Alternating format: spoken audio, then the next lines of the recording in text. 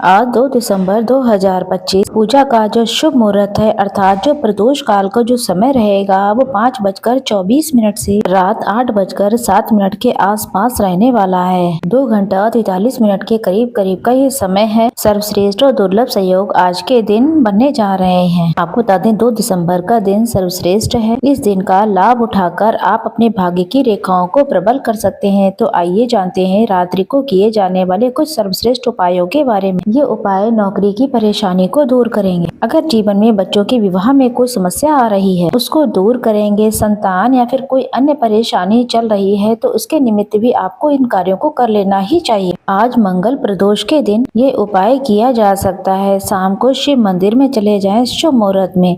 एक आटे का दीपक बना लें। आप आटे के दीपक में 4 लंबी बाती आप रख लें। अगर आप चाहें तो इसमें घी भर लीजिए या फिर तिल का तेल भर लीजिए। इच्छा आपकी। जिन बच्चों के जीवन में मांगलिक दोष चल रहा है, लड़का या फिर लड़की को विवाह की दिक्कत आ रही है, बच्चे दूर रहते हैं तो आप उनका नाम गोत्र बोलें। आप इस उपाय को किसी के लिए भी कर सकते हैं। कोई भाई अपनी बहन के लिए कर सकता है या बहन अपने भाई के लिए कर सकती है या स्वयं आप अपने लिए कर सकते हैं। अगर गुस्सा बहुत आता है तो ये उपाय बहुत ही सिद्ध माना जाता है। अगर जीवन में पिता पुत्र की कम बनती है, कर्ज चढ़ जाता है और मानसिक शारीरिक रक्त संबंधी परेशानियां हैं तो रोग मुक्ति के लिए भी ये उपाय बहुत ज्यादा कारगर होता है। जैसे कि गुस्सा बहुत आता है, बच्चे कहना नहीं मानते हैं तो आपको ये उपाय कर लेना चाहिए क्योंकि आटे का चौमुखा दीपक धर्म अर्थ काम मोक्ष में सहायक है। गुरु जी बताते हैं कि अगर आप बच्चे दूर रहते हैं तो आप उनका नाम गोत्र बोले। अगर बच्चे स्वयं करते तो बहुत ही अच्छा है। शिव मंदिर में जाएं, पूर्व या फिर उत्तर दिशा की तरफ मुख करके बैठे। अगर शिव पूजा कर लेते हैं तो बहुत ही बढ़िया है। या तो आप दीपक से आरती कर लीजिए या फिर उसे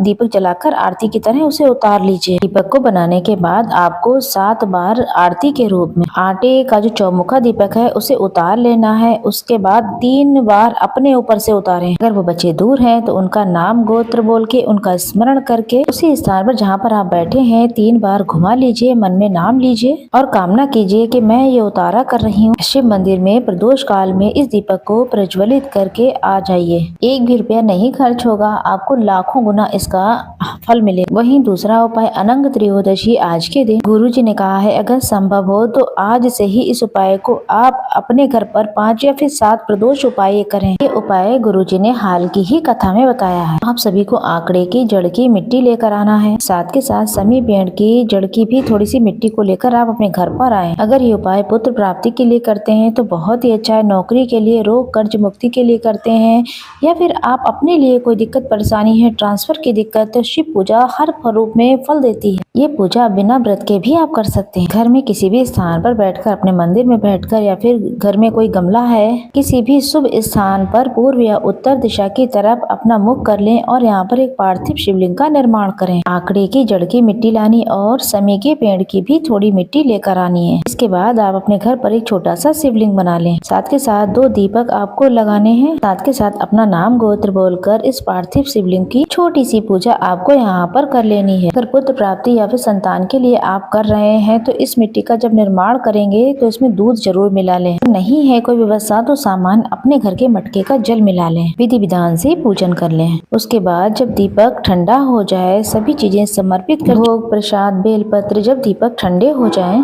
तो आप वहीं पर उन्हें विसर्जित कीजिए। तुलसी के गमले में ये कार्य आपको नहीं करना है, वरना किसी स्थान पर आप कर सकते हैं। घर पर किया जाने वाला ये सबसे सरल उपाय आंकड़े की जड़ की मिट्टी और समी के वृक्ष की मिट्टी बहुत ही प्रभावी होती है। 2 उपाय आज शाम को आपको अपने घर पर कर लेने हैं। अब यहाँ पर हम जानेंगे अपने तीसरे उपाय के बारे में। जैसे कि कच्चा दूध संतान प्राप्ति के लिए सहायक है और रोग मुक्ति के लिए या फिर कोई समस्या है आपके जीवन में तो शाम को प्रदोष काल में गौ माता का दूध कहीं से लेकर आइए। बेलपत्र की 3 पत्तियां होती, उन तीनों पत्तियों पर आपको दूध लगा लेना है। उसके बाद अपना नाम गोत्र बोले। आप अपने घर के मंदिर में या फिर महादेव के मंदिर पर शिवलिंग पर दूध लगी हुई बेलपत्र अपनी मनोकामना कहते हुए जो भी आपकी मनोकामना है वह कहकर आपको शिवलिंग पर चढ़ा देनी है। बहुत ही सरल छोटा सा उपाय है, लाभ आपको मिलेगा ही मिलेगा। विवाह आदि की इच्छा से तो ये ये उपाय बहुत ज्यादा कारगर है। शिवलिंग पर जल चढ़ाने से सारी समस्याएं संतान की जो होती हैं वो सब दूर होती हैं। ये उपाय करके देखिएगा, लाभ मिलेगा। कमेंट बॉक्स में हर हर महादेव, श्री शिवाय नमस्तुभ्यम जरूर लिखें। जैसा कि आपको पता है आज मंगल प्रदोष व्रत है। अगर व्रत नहीं कर पाते हैं तो कम से कम इन 3 स्थानों पर दीपदान अवश्य कर लें। प्रदोष व्रत करने का फल आपको प्राप्त होगा। घर के शिवलिंग पर शाम को प्रदोष काल में जल चढ़ाएं या फिर महादेव के मंदिर में जाकर के जल चढ़ाएं। शाम के समय शिवलिंग पर जल चढ़ाने में कोई भी दोष नहीं लगता। और उसके बाद 3 स्थानों पर दीपदान करें। घर के दरवाजे पर दाहिने हाथ की तरफ महादेव हमारे घर के अंदर प्रवेश करेंगे ज्योति के माध्यम से।